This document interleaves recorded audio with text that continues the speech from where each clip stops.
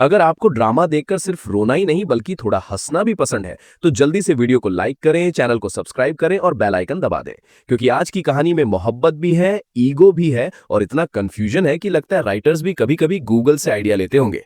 तो सीन कुछ ऐसा है कि कामयार को आखिरकार अपनी गलती का एहसास होने लगा है, और वो भी ऐसा वाला एहसास जब इंसान रात को छत को देखते हुए सोचता है, यार मैंने ये क्या कर दिया। कामयार यही सोच रहा होता है कि मैंने आयरा को एक छोटी सी गलती की इतनी बड़ी सजा दे दी है कि अब खुद को भी समझ नहीं आ रहा कि मैं विलन हूं या हीरो का इमोशनल वर्जन।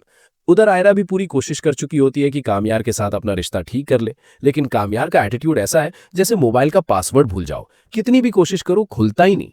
सबसे फनी सिचुएशन ये है कि कामयार ना आयरा को छोड़ सकता है और ना ही उसके साथ ठीक से रह सकता है। मतलब बंदा पूरी तरह बफरिंग मोड में चल रहा है। और उधर बेचारी आयरा की जिंदगी भी आसान नहीं है, क्योंकि उसके पिता डॉक्टर इरफान साहब को हार्ट अटैक हो चुका होता है। अब आमतौर पर ड्रामा में ऐसा होता है कि बाप इमोशनल हो जाता है और बेटी को माफ कर देता है, लेकिन डॉक्टर इरफान साहब ने तो सीधा अल्ट्रा स्ट्रिक्ट मोड ऑन कर दिया। आयरा बेचारी उन्हें मनाने के लिए घर तक चली जाती है, दिल में उम्मीद लेकर कि शायद अब्बा मान जाएंगे, लेकिन डॉक्टर इरफान साहब का रिएक्शन कुछ ऐसा होता है जैसे किसी ने उनका फेवरेट टीवी रिमोट छुपा दिया हो। उन्होंने सीधा कह दिया, मुझे तुम्हारी शक्ल भी नहीं देखनी। और ऊपर से आयरा की थोड़ी सी बेइज्जती भी कर दी। मतलब इमोशनल डैमेज लेवल मैक्सिमम। और सिर्फ आयरा ही नहीं, डॉक्टर इरफान तो कामयार की शक्ल भी नहीं देखना चाहते। मतलब अगर कामयार वहां चला जाए तो शायद दूसरा हार्ट अटैक हो जाए।